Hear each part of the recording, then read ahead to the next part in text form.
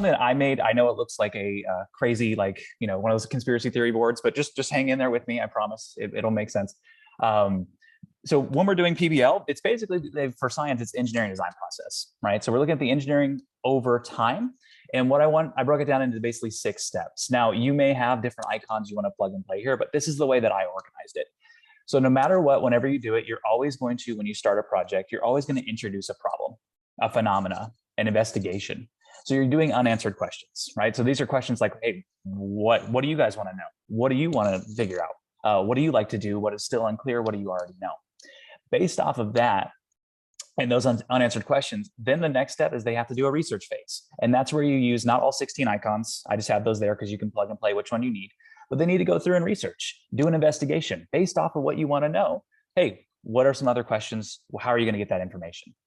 Third phase is where they start to imagine and plan. Now, they don't need to be building every single time, but they're using things like the rules, right? So what are the rules you need to follow in order to make your plan work? What are some of the origins of it? I mean, where does it start?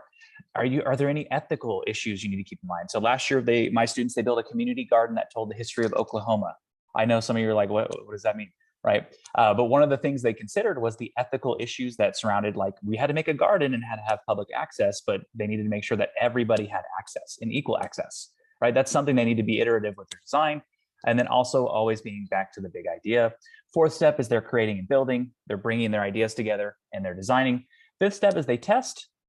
They go to 6, which is they improve and redesign based off of that. And they keep going 5 and 6, 5 and 6, 5 and 6 until, or even back to number 1.